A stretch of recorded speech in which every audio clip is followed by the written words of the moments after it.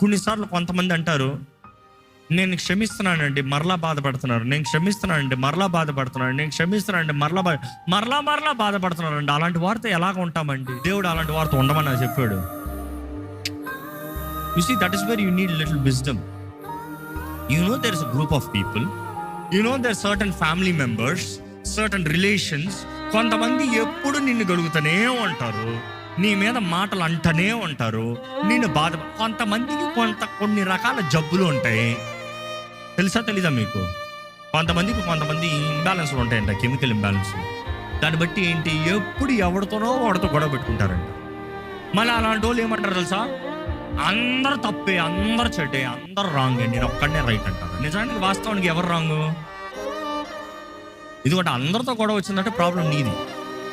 ఎవరితో వాళ్ళతో గొడవపడి ఏదో మిస్అండర్స్టాండింగ్ వచ్చిందని చెప్పచ్చు. అండ్ ఎప్పుడు కొంతమంది ఏంటంటే, ఎవరు వచ్చి వాళ్ళతో గొడవ పెట్టుకుంటాం కాదు, మీరే వారిని నొక్కుతారంట, వారిని రెచ్చగొడతారంట, వారిని ఇరిటేట్ చేస్తారంట. బట్ అలాంటి సిచ్యువేషన్లో how do you deal? Simple, నీ హృదయాన్ని శుద్ధంగా కాపాడుకో, వారి బలహీనతను గుర్తించు, వారిని క్షమించు, వారి మీద ఏ చేదు పెట్టుకోవద్దు. Forgive, let go, keep moving forward.